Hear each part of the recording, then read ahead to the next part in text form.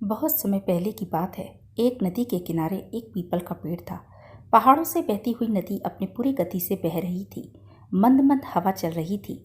अचानक पेड़ से दो पत्ते नदी में आकर गिर गए। एक पत्ता उल्टा गिरा और एक पत्ता सीधा गिरा। जो पत्ता उल्टा गिरा वो कहने लगा कि आज चाहे जो हो जाए, मैं इस नदी को रोक कर ही रहूँगा। चाहे मेरे प्राण ही क्यों न चले जाएं, मैं इसे आगे नहीं बढ़ने दूंगा। वह पत्ता जोर जोर से चिल्लाने लगा कि थम जा नदी, मैं तुझे आगे नहीं जाने दूंगा। पर नदी तो बहती ही जा रही थी। नदी को तो पता ही नहीं था कि कोई पत्ता उसे रोकने का प्रयास कर रहा है। इधर पत्ते की जान पर बन आई थी। वह लगातार संघर्ष कर रहा था। वो पत्ता नहीं जानता था कि बिना विवाद भी वहीं जाना था जहाँ थक कर और हार कर पहुँचेगा।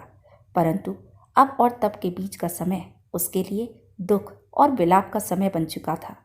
वहीं दूसरा पत्ता जो सीधा गिरा था, वो नदी के प्रवाह के साथ बड़े मज़े से बहता जा रहा था और कह रहा था कि चलो, आज तो मैं नदी के संग अपनी मंजिल तक पहुंचूंगा।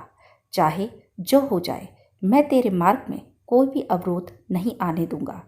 नदी को इस पत्ते के बारे में भी कुछ जानकारी नहीं थी। वह तो अपने गति से सागर की ओर बहती जा रही थी।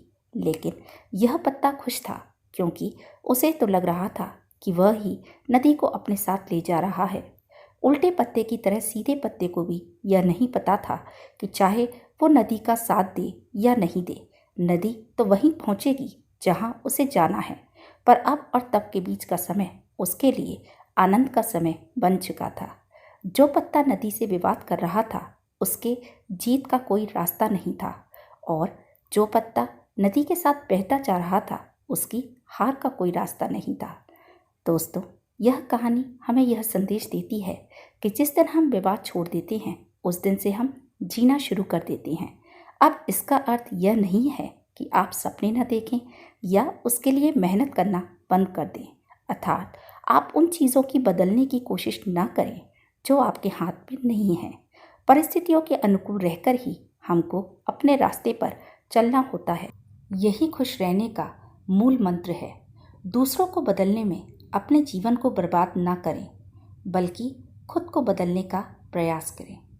वीडियो पसंद आई हो तो लाइक, शेयर, सब्सक्राइब और कमेंट करना ना भूलें। धन्यवाद।